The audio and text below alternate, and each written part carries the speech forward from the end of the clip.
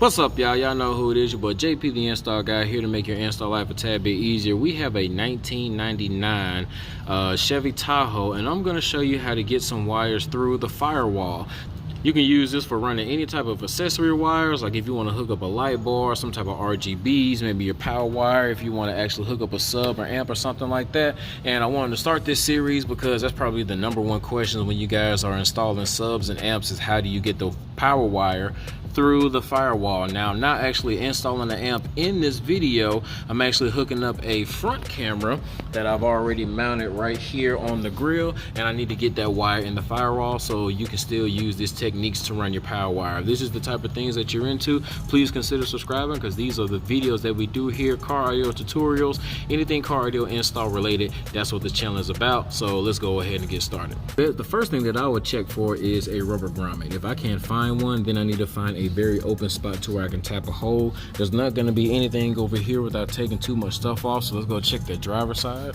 And on the driver's side, it seems like they have this is the grommet right here, and it actually seems like somebody already did that already, so we're basically going to mimic what they did and drill a hole right next to it. So first things first, I want to actually kind of see if this little circle is actually mimicked on the other side. If it's not, that's fine, because we should be able to tell. But you basically want to just make sure that there's an open area.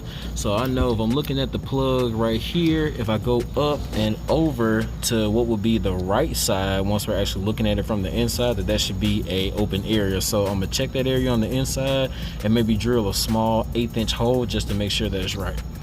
So that right there is the fuse box. That plug is right behind it. So we went up and to the right, there's our little area right there. And we know that it's clear because, like I said, they already have one coming in right there. So I just take my 1/8" drill bit and I'm going to pop a hole right next to it.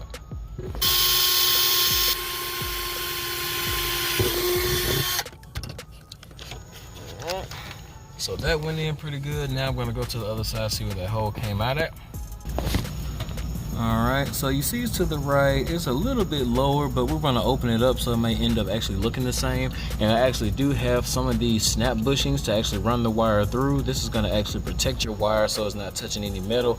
And we need to make sure that it's gonna be big enough to let our split loom go through. And I will have a link for these. I'm gonna try to find some links for you guys so you guys can actually use these things as well. But we're just basically gonna open the hole up, take this, push it through, it's gonna snap in, and then we run our wire through it.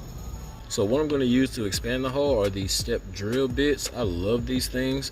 They actually have different size markings on them. Now you need to get 2 different ones, because if you look on here, we need to actually open the hole up to make this fit 9/16 of an inch. So you can see right here that 9/16 is at that opening, but I don't have 9/16 on this one, but the diameter of this is way smaller than that. So when I poke my 1/8" hole, I can go ahead and use this to open it up to about right here, and then I'll switch it and open it up to 9/16. I could just use a bigger drill bit that'll complement this hole opening, but at the same time, if you're not sure where you're about to drill in on the other side, you don't just want to be drilling a really big hole. Something that's the 1/8 of an inch is very, very small. Also, if you're close to something where you're trying to drill in to where you can't see, you got a better chance of missing wires and stuff like that with the 1/8" versus using something very, very big. So we already popped our hole with the 1/8". We're gonna expand it to about right here, and then we're gonna use that to expand it to about 9/16.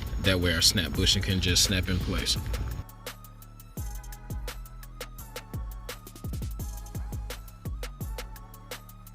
Another trick for you guys another trick that you guys can use, if you know that you're going to be stopping at 9/16, just go ahead and put some tape. This is just some painter's tape, and I put it right here at this step. So now when I'm drilling my hole, I don't have to drill in, pull it out, drill in, pull it out, just to find out what size I'm at. I know once this tape right here hits that firewall, I know I'm done.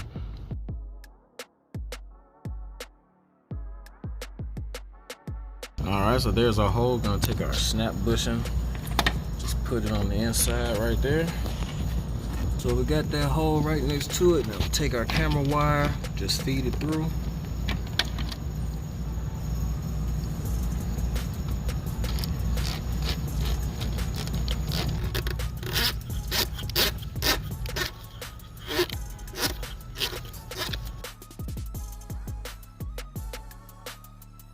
Alright guys, and there you have it, looking real nice and clean. If you guys find any type of value in this video, please hit that like button. Don't forget to subscribe, share, comment if you want to. I want to get a shout out to everybody who's a part of the Patreon community. You guys go the extra mile supporting the channel, so I go the extra mile in supporting you guys with more of the one-on-one trainings, because that is the platform that I'm using to give all the special kind of personalized type trainings. Now if you don't want to be tied down to anything too long term, but this video still brought you some value, there is that heart down there at the bottom that says thanks. Not asking anybody to do anything that you don't want to do, but anything that you do is very much so appreciated. So till next time, this your boy JP signing out, man. Y'all have a blessed day.